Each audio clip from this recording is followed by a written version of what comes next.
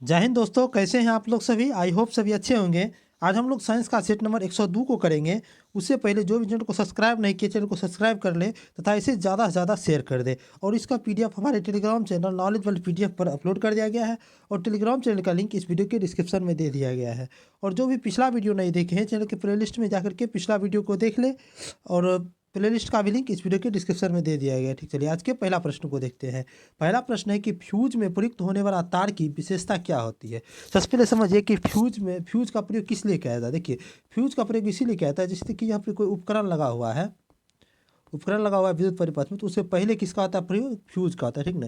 इसमें क्या होगा कि अगर अधिक आपको अतिभारण होता है, कहीं शॉर्ट सर्किट होता है, तो इससे पहले फ्यूज गल जाता है और ये उपकरण को क्या होता है, आपको सुरक्षित रख लेता है। ठीक ना। इनकी ये गलने का काम कर दे, गलना है तो इसका मतलब क्या हुआ कि इसका प्रतिरोध आपको जो है उच्च होना चाहिए। ठीक, इसका प्रतिरोध उच्च होना चाहिए और इसका गलनांक क्या होना चाहिए, निम्न होना चाहिए। गलनांक निम्न होगा तभी ना ताकि इसमें अधिक वोल्टेज बढ़ेगा तो ये क्या होगा, गल जाएगा। तो गल जाएगा तो इसका उत्तर क्या हो जाएगा, ऑप्शन नंबर सी हो जाएगा। उच्च प्रतिरोध शक्ति तथा निम्न गलनांक होना चाहिए प्रयुक्त होने वाला फ्यूज तार में। ठीक, चलिए अगला प्रश्न है कि विश्व स्वास्थ्य संगठन के अनुसार एक नगर के लिए सुरक्षित ध्वनि प्रदूषण क्या है। ठीक, यानी कि ध्वनि प्रदूषण स्तर क्या है एक नगर के लिए, किसके अनुसार, तो WHO के अनुसार। देखिए WHO के अनुसार जो है नगर के लिए एक स्वास्थ्य ध्वनि स्तर कितना है, तो 45 डेसिबल है। ठीक, तो इसका उत्तर ऑप्शन नंबर ए हो जाएगा। ठीक, समानता देखिए मानव के लिए जो है एक श्रव्य सीमा का ध्वनि कितना होता है, जो कि आपको अति नहीं होता है, असुरक्षित नहीं होता, तो आपको 85 डेसिबल का होता है। ठीक, चलिए अगला प्रश्न है कि एक सितार में किस प्रकार की ध्वनि तरंगे उत्पन्न होती है। कि एक सितार है उसमें किस प्रकार की ध्वनि उत्पन्न होगा, कि उसमें आपको अपगामी एवं अनुप्रस्थ तरंग उत्पन्न होता है। ठीक, तो किस ऑप्शन में जाती है, ऑप्शन नंबर डी में दिया है, अप्रगामी एवं अनुप्रस्थ तरंग। ठीक, चलिए अगला प्रश्न है कि कथन ए और कथन आर दिया है। कथन ए में कह रहा है कि अनुरणन अनुरणन जो होता है ये विशेषता बड़े गिरजाघरों तथा अन्य बड़े भवनों में प्रतीत होता है। अनुरणन मतलब क्या होता है, जैसे कोई भी चीज़ में देखिए गूंज होता है, गूंज। देखिए कमरा है, आप खाली कमरा आप जाते होंगे, वहाँ जाकर आप कुछ बोलते हो तो गूंजता है आवाज़ उसका। ठीक, उसी अनुरणन कहते हैं। ठीक ना। तो ये अनुरणता मुख्यतः जो है कहाँ पर होता है, तो गिरजाघर यानी कि बड़े कमरा घर होता है, जो कि अन्य बड़े भवन होता है उसी में प्रतीत होता है। ये सही है। ठीक है, पहला नहीं, कथन ये सही है। ठीक, अब कारण देखते हैं। कारण आर है कि दीवारों, छतों एवं धरातल से अपवर्त्य ध्वनि परावर्तन हो सकता है। ठीक है, मतलब जो ध्वनि टकराएगा किस किस से, दीवार हो गया, छत हो गया, धरातल हो गया, इस सब में टकराएगा ध्वनि, तो उससे क्या होगा, परावर्तन होगा। उसी से क्या होता है, आपको अनुरणन उत्पन्न होता है। तो यानी क्या होगा कि ए भी सही है और आर भी सही है। और आर जो है ना आपको ए का सही तरीका से व्याख्या भी कर रहा है। ठीक ना।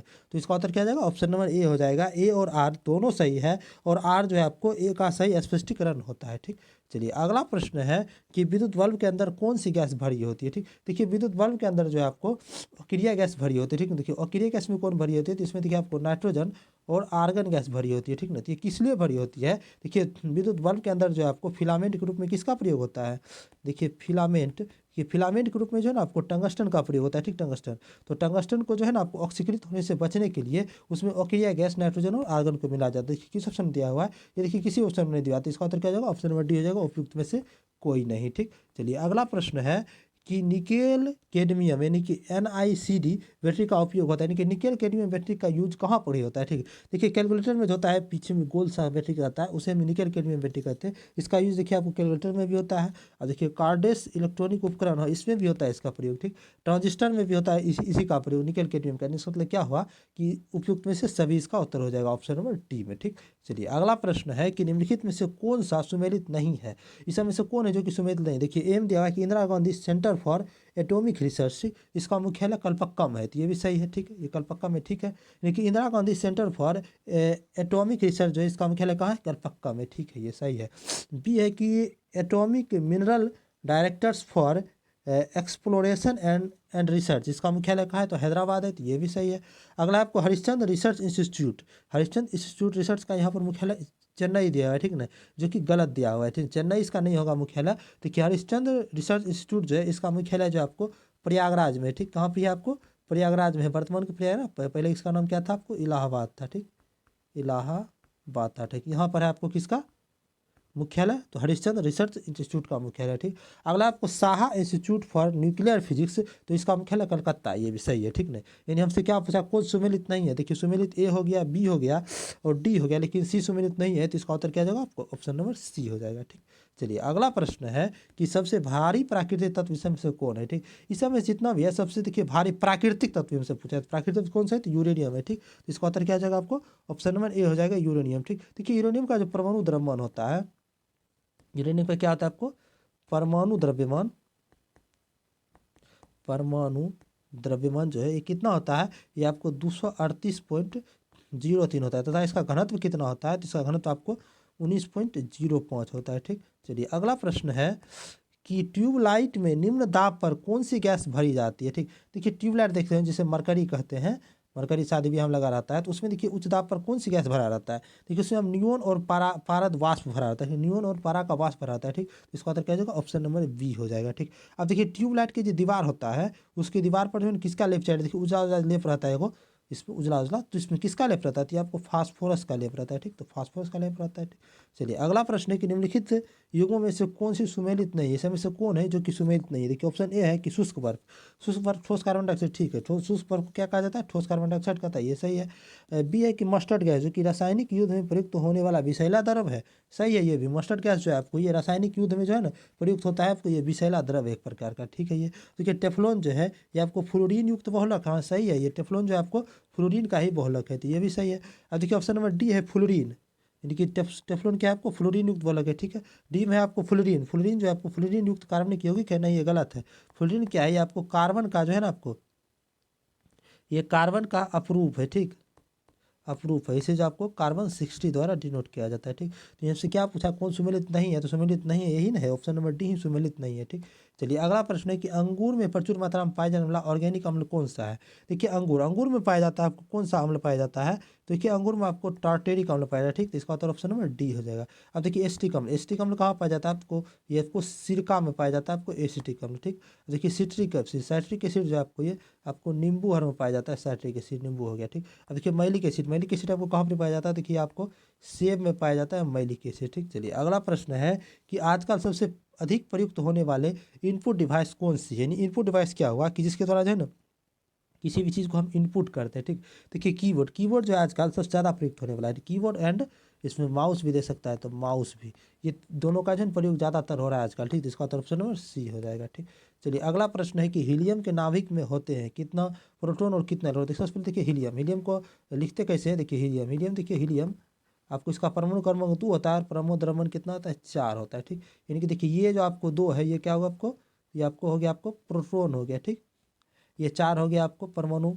द्रव्यमान हो गया, यानी कि जेड। ठीक, यहाँ से 2 प्रोटॉन, अब देखिए न्यूट्रॉन इसका निकाल लेंगे तो न्यूट्रॉन कितना हो जाएगा 4 माइनस 2 इसकल टू 2 आ जाएगा, यानी कि 2 गो न्यूट्रॉन और 2 गो प्रोटॉन रहता है किसके, हीलियम के नाभिक में। ठीक, तो हीलियम के नाभिक में 2 गो न्यूट्रॉन और 2 प्रोटॉन रहेगा, तो इसका उत्तर क्या जाएगा, ऑप्शन नंबर सी हो जाएगा, 2 प्रोटॉन एवं 2 न्यूट्रॉन होगा। ठीक, चलिए अगला प्रश्न है कि निम्नलिखित में से किस में ट्राइक्लोसन के विद्यमान होने की सर्वाधिक संभावना है जिससे कि लंबे समय तक उच्च स्तर के प्रभावन को रहने के लिए हानिकारक माना है। सबसे पहले समझिए कि ट्राइक्लोसन होता क्या है। ठीक, देखिए आपको सूक्ष्म सूक्ष्म जीव रोधी है, यानी कि सूक्ष्म जीव को जो है ना काटने वाला है। ठीक ना, सूक्ष्म जीव रोधी यानी कि सूक्ष्म जीव को ये रोकता है। ठीक ना, एक प्रकार कैसा है, तो सूक्ष्म जीव रोधी यौगिक है। ठीक, सूक्ष्म जीव रोधी यौगिक है। ठीक, इसका देखिए कहाँ पर ये पाया जाता है, इसका यूज देखिए आपको टूथपेस्ट में होता है,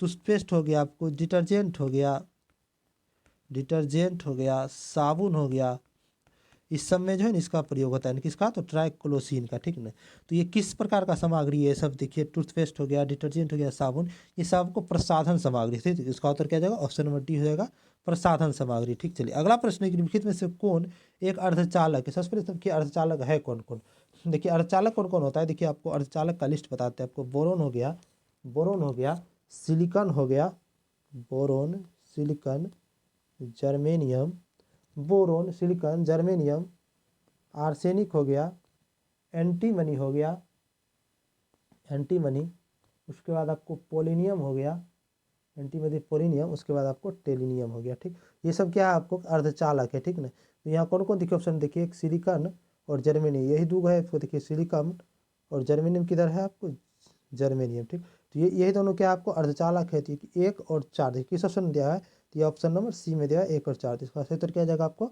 ऑप्शन नंबर सी हो जाएगा। ठीक, चलिए अगला प्रश्न है कि शरीर में हीमोग्लोबिन का कार्य क्या है। देखिए शरीर में जो हीमोग्लोबिन होता है ये आपको रक्त में यानी कि आरबीसी में ये पाया जाता है। ठीक, ये आरबीसी में पाया जाता है, तो ये आपको करता क्या है, तो ये आपको ऑक्सीजन का परिवहन करता है। ठीक है, ये क्या करता है, तो ऑक्सीजन का ये परिवहन करता है हीमोग्लोबिन। ठीक, तो किस ऑप्शन में दिया, तो ऑप्शन नंबर ए में दिया हुआ है, ठीक, हीमोग्लोबिन, ठीक। देखिए हीमोग्लोबिन के कारण ही रक्त का रंग क्या आता है आपको, लाल होता है, ठीक। अब देखिए हीमोग्लोबिन का पीएच पर कितना होता है, तो ये आपको 7.1 से लेकर के 7.4 तक होता है, ठीक। चलिए अगला प्रश्न है कि रासायनिक तत्व के अणु के संदर्भ में चुंबकीय क्वांटम संख्या का संबंध किससे है। देखिए रासायनिक तत्व के अणु के संदर्भ में जो आपको चुंबकीय क्वांटम संख्या यानी कि चुंबकीय क्वांटम संख्या का संबंध किससे है, ये आपको अभिविन्यास है, ठीक। इसका उत्तर क्या जाएगा, ऑप्शन नंबर ए हो जाएगा, ठीक। चलिए अगला प्रश्न है कि भारत सरकार ने झामा के निर्यात पर पूर्ण प्रतिबंध लगा दिया। झामा, झामा समझिए सबसे पहले क्या होता है। झामा क्या होता है कि आपको देखिए जला हुआ कोयला जो होता है उसे ही झामा कहते हैं, ठीक। क्या हो गया आपको, जला हुआ कोयला को न झामा कहते हैं, इसका प्रतिबंध लगा दिया क्योंकि इसमें ऐसे धातु ऐसा तत्व निकाले जाते हैं जिसका उपयोग ट्रांजिस्टर में होता है, ठीक। देखिए हम मुख्य रूप से देखिए इतना क्वेश्चन है ये नहीं, ठीक, ये क्वेश्चन ऐसा ही दे दिया है, ठीक। देखिए इतना को सही प्रश्न बन जाएगा कि जिसका उपयोग ट्रांजिस्टर में होता है, निम्नलिखित में से कौन सा था। देखिए ट्रांजिस्टर में किसका उपयोग होता है, ये आपको जर्मेनियम का उपयोग होता है, तो इसका उत्तर क्या हो जाएगा आपको, ऑप्शन नंबर बी हो जाएगा, ठीक। चलिए अगला प्रश्न है कि कौन से परिवर्तन में एंजाइम ट्रिप्सिन उत्प्रेरक का कार्य करता है, ठीक ना। यानी कि किसको किसमें परिवर्तन करेगा, तो जो ट्रिप्सिन एंजाइम जो है वो आपको उत्प्रेरक का कार्य करेगा। जो सबसे पहले समझिए कि ट्रिप्सिन निकलता कहाँ है, ट्रिप्सिन जो है आपको अग्नाशय से निकलता है, ठीक। अग्नाशय, अग्नाशयी रस है ट्रिप्सिन, ठीक। ये ट्रिप्सिन जो अग्नाशय से निकलता है तो ये आप क्या करता है कि आपको प्रोटीन को ये एमिनो अम्ल में बदल देता है, ठीक। तो एमिनो अम्ल में जब बदल देता है तो यही कार्य ये कर रहा है, तो इसका उत्तर क्या जाएगा, ऑप्शन नंबर सी हो जाएगा, प्रोटीन को अमीनो अम्ल में बदलता है, ठीक। चलिए अगला प्रश्न है कि मानव शरीर में पुच्छ कौन सी संरचना में संलग्न होती है। कि पुच्छ, पुच्छ है क्या, तो पहले देखिए पुच्छ, पुच्छ जो आपको अपेंडिक्स जो होता है, अपेंडिक्स को ही क्या कहा जाता है, पुच्छ कहा जाता है। ये अपेंडिक्स क्या है आपको, मानव का एक प्रकार क्या है आपको, तो ये आपको अवशेषी अंग है, ठीक। तो ये अवशेषी अंग किससे जुड़ा होता है, देखिए पुच्छ जो होता है यानी कि अपेंडिक्स ये आपको बड़ी आंत होता है, ठीक नहीं, ये बड़ी आंत जो होता है जिसे हम बृहदंत भी कहते हैं, बृहदात्र, बृहदात्र से ये क्या होता है आपको जुड़ा रहता है, ठीक है। बृहदस्त से जुड़ा रहता है, तो किसके माध्यम से जुड़ा रहता है, बृहदस्त से, तो ये आपको बृहदस्त से सीकम के माध्यम से जुड़ा रहता है, ठीक। देखिए ये सबसे पहले मानव में पाया जाता है था, क्योंकि देखिए पहले मानव जो है ना आपको घास भूस भी खाता था, तो घास को खाता था तो ये सेलुलोज को पचाने के लिए पाया जाता है, ठीक। तो इसका उत्तर ऑप्शन नंबर ए हो जाएगा, बृहदत्त, ठीक। चलिए आज का अंतिम प्रश्न था, अगर आपको वीडियो अच्छा लगा हो, अगर आपको लगता है कि वीडियो आपके लिए यूजफुल है, तो आप वीडियो को ज़्यादा से ज़्यादा शेयर कर दें और तथा इसे आप लाइक भी कर ले और आप चैनल को सब्सक्राइब भी कर ले। और इसका पीडीएफ हमारे Telegram channel knowledge world PDF पर अपलोड कर दिया गया है और टेलीग्राम चैनल का लिंक इस वीडियो के डिस्क्रिप्शन में दे दिया गया है। और जो भी पिछला वीडियो नहीं देखे हैं चैनल के प्लेलिस्ट में जाकर के पिछला वीडियो देख ले। चलिए वीडियो में अंत तक बने रहने के धन्यवाद, मिलते हैं अगले वीडियो में।